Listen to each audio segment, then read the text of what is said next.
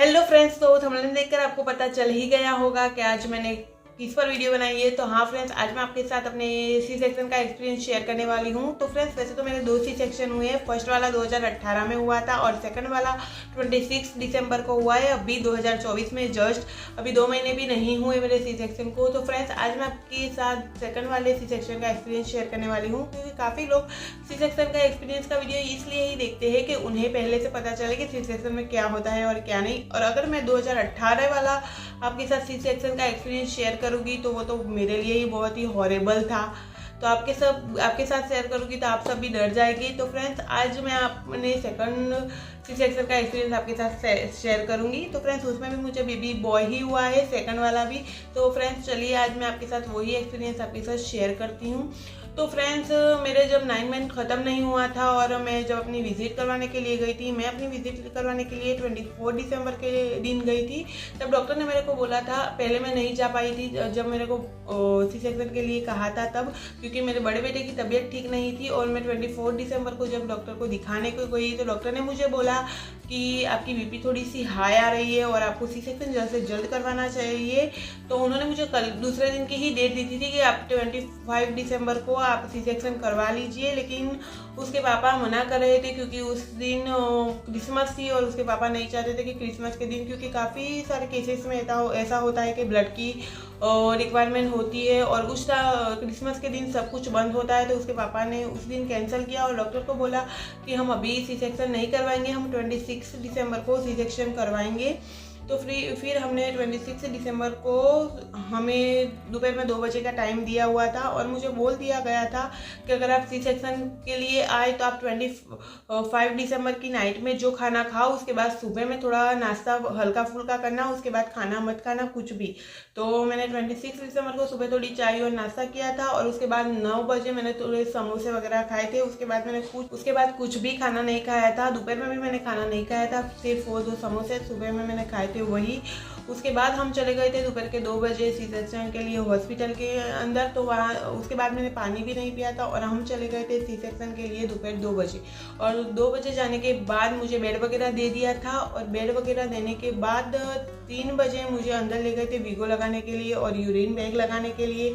तो काफ़ी लोग डरते हैं कि वीगो लगाने से और यूरिन बैग लगाने से काफ़ी पेन होता है। तो मैं आपको बता दूं कि हम 9 मंथ कितने सारे भी इंजेक्शन लेते हैं और वही एक वीगो लगाना, वो तो इतनी पतली सी सुई होती है, उससे कोई ज़्यादा पेन नहीं होता। बहुत से लोग वीगो लगाने से डरते हैं, लेकिन मैं आपको बता दूं कि ज़्यादा पेन वीगो लगाने में भी नहीं होता और ना ही यूरिन बैग लगाने में। बहुत से लोग आपको सिर्फ डराते, लेकिन हाँ, हमको उसके बाद बहुत बड़ी खुशी मिलने वाली है। तो ये सब तो हम खुशी खुशी करवा लेंगे। तो मैं आपको बाजू में शेयर कर दूंगी मेरी वीगो लगाई ली और यूरिन बैग लगाया हुआ वीडियो। मैंने उस टाइम थोड़ी सी क्लिप ले ली थी तो वो लगा दूंगी। हाँ, लेकिन मुझे सबसे बड़ा डर जो था वो था एनास्थीसिया का इंजेक्शन का, क्योंकि जब मेरी फर्स्ट सी सेक्शन हुआ तब एनास्थीसिया का इंजेक्शन बहुत ही पेनफुल होता था। मेरा 2018 में सी सेक्शन हुआ था, उस टाइम एनास्थीसिया का इंजेक्शन बहुत ही पेनफुल होता था, क्योंकि उस टाइम लेडीज को रोल करके उसके बाद एनास्थीसिया का इंजेक्शन दिया जाता था और वो नीडल भी बहुत ही बड़ी होती थी, उसकी वजह से पेन ज़्यादा होता था। लेकिन इस टाइम बहुत ही अलग ही था, तो इसलिए मैं आपको इस टाइम का ही आपके साथ शेयर करने वाली हूँ। तो फ्रेंड्स, जब मैंने यूरिन बैग और वीगो वगैरह लगा दिया, उसके बाद थोड़ी देर मैं बेड पर बैठी। उसके बाद मुझे ऑपरेशन थिएटर में ले गए थे और ऑपरेशन थिएटर में ले जाने के बाद पल्स मशीन लगा दिया था और एक हाथ में बीपी का मशीन लगा दिया था और बीपी वगैरह सब नॉर्मल था, वो डॉक्टर ने चेक कर लिया। उसके बाद एनास्थीसिया के डॉक्टर आ गए और डॉक्टर आए तो उन्हें देखते ही मुझे बहुत ही डर लगने लगा, क्योंकि मुझे पता नहीं था। मुझे ऐसा ही लगता था कि अभी भी इस तरह से रोल करके ही इंजेक्शन देते होंगे। लेकिन जब वो आए तो फिर उन्होंने मुझे बोला कि आप थोड़ी देर के लिए बैठ जाओ। तो मैं बैठकर मुझे बिठाकर एनास्थीसिया का इंजेक्शन दिया गया। तो वो इतना पेन नहीं हो रहा था, हमें हाथ में जैसा इंजेक्शन देते हैं उतना ही पेन दिया था, क्योंकि अभी नीडल बहुत ही बारीक होती है जिसकी वजह से हमें ज़्यादा पेन नहीं होता। तो फ्रेंड्स, काफ़ी लोगों को डर होता है कि एनास्थीसिया का इंजेक्शन बहुत ही पेनफुल होता है, लेकिन नहीं, अभी टेक्नोलॉजी के हिसाब से काफ़ी यूनिक तरह के इंजेक्शन वगैरह आ गए हैं और इस इंजेक्शन में मुझे ज़रा भी पेन नहीं हुआ था। मेरे दिल में एक ही डर था, मुझे ऑपरेशन से डर नहीं लगती थी, इतनी अपनी एनास्थीसिया के इंजेक्शन से लगती थी, लेकिन ये बहुत ही मतलब कि बहुत आसानी से ये इंजेक्शन लग गया। और जैसे ही इंजेक्शन लगा तो मेरे पैर में जैसे कि चींटियाँ काट रही हो ऐसा होने लगा, और धीरे धीरे मेरे पैर सुन्न होने लगे। मुझे होश था, मतलब मैं सब सुन रही थी, वो सब ऑपरेशन थिएटर में बातें कर रहे थे वगैरह, मुझे सब सुनाई देता था। लेकिन जैसे कि मेरे पैर एकदम सुन्न होने लगे। सुन्न होने के बाद अभी तक जैसे कि हाँ महसूस हो रहा था कि वो पैर को छू रहे वो सब, लेकिन उसके बाद उन्होंने ऑपरेशन स्टार्ट किया। ऑपरेशन स्टार्ट करते टाइम ऐसा भी पता चलता है, जिसके ऑपरेशन हुए होंगे उन्होंने देखा ही होगा कि लेयर कटती है, तब भी आपको पता चलता है कि लेयर कट पेन नहीं होता, लेकिन पता तो चलता ही है कि मेरे पेट की लेयर कट रही है। तो friends, layer to by layer, लेकिन मेरी डॉक्टर बहुत ही अच्छी थी। वो सॉन्ग गाते हुए मेरा सी सेक्शन कर रही थी, तो मुझे भी इतना डर नहीं लगा। मैं खुद अपना सी सेक्शन होते हुए देख रही थी, क्योंकि मुझे कुछ मास्क वगैरह या फिर कुछ गूगल्स वगैरह नहीं पहनाए गए थे। मेरे फर्स्ट बेबी टाइम भी मुझे कुछ नहीं पहनाया था, मैंने पूरा सी सेक्शन मेरा देखा था, और सेकंड बेबी के टाइम पे भी मैंने पूरा सी सेक्शन मेरा देखा। लेकिन डॉक्टर सॉन्ग गुनगुनाते हुए मेरा सी सेक्शन किया, तो लेयर बाय लेयर काटी, और जस्ट 3 या 4 मिनट में बेबी बहुत ही ऊपर था, तो उसे पुश करते हुए उन्होंने बेबी निकाल लिया। 3-4 मिनट में मेरा ऑपरेशन हो गया था, देन बेबी बाहर निकाल लिया था। तो डॉक्टर ने मुझे पूछा कि आपको फर्स्ट क्या था, तो मैंने बोला बेबी बॉय। तो क्या लो सेकंड भी बेबी बॉय आ गया। मुझे लड़की चाहिए थी। थोड़ा सा मुझे बुरा लगा कि मुझे लड़की चाहिए थी और फिर से भी बेबी बॉय हुआ, लेकिन क्या कर सकते हैं, सब अल्लाह के हाथ में है, और जो दिया वो कबूल किया। और उसके बाद जब टांके लिए तब भी मुझे पता चलता था, क्योंकि थोड़ा सा खिंचाव होता है, जब टांके फिर से लेते हैं तब थोड़ा खिंचाव होता है, तो ऐसा मुझे खिंचाव हो रहा था। और उसके बाद टांके लग गए। बेबी को साफ़ वगैरह करके उसका वेट चेक करके उसका टाइमिंग मुझे बोल दिया था कि वो मेरा बेबी 4:57 को हुआ था। 5 बजने में 3 मिनट की ही देर थी और हुआ था, तो उन्होंने टाइम वगैरह कहा और बेबी को बाहर दे दिया। उसके बाद टांके वगैरह लिए और मुझे अपने रूम में शिफ्ट कर दिया। शिफ्ट करने के बाद मुझे कुछ इतना, मतलब कि सबको नींद आती है, लेकिन मुझे सी सेक्शन के बाद जरा भी नींद नहीं आई।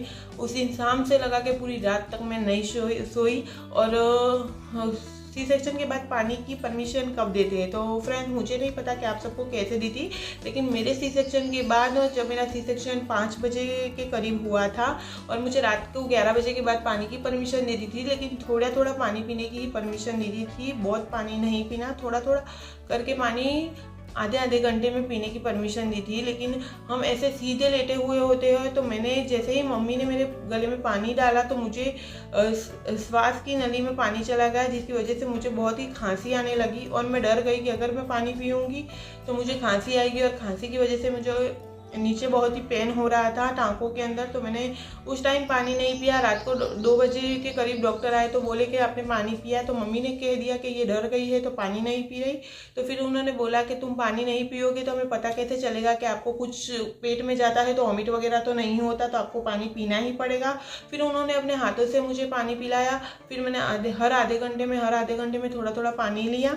उसके बाद सुबह थोड़ा सीधा बैठ जाओगे तो चलेगा। तो फिर 9 बजे के बाद मेरा बेड थोड़ा सा ऊपर की तरफ किया तो मुझे थोड़ा आराम हुआ। 9 बजे के बाद आराम हुआ। देन पेट में तो सब खाली ही था, क्योंकि कुछ खाया नहीं था मैंने। तो फिर उन्होंने शाम को मुझे बोला था कि आप बिस्किट वगैरह खा सकते हैं, चाय बिस्किट वगैरह। तो मैंने उस टाइम शाम को चाय और बिस्किट खाई थी। और उसके बाद मुझे दूसरे दिन सुबह बोला था कि आप कुछ भी खा सकते हैं, सुबह नाश्ता भी कर सकते हैं और दोपहर बाद आप दाल चावल वगैरह भी खा सकते हैं, ऐसा डॉक्टर ने मुझे बोला था। तो उस दिन रात को तो मुझे कुछ नहीं हुआ, लेकिन तीसरे दिन मैंने सब पोहा वगैरह खाया, चाय वगैरह पी, तो मेरे पेट में गैस बहुत बन गई थी और गैस की वजह से मुझे बहुत ही तकलीफ हो रही थी।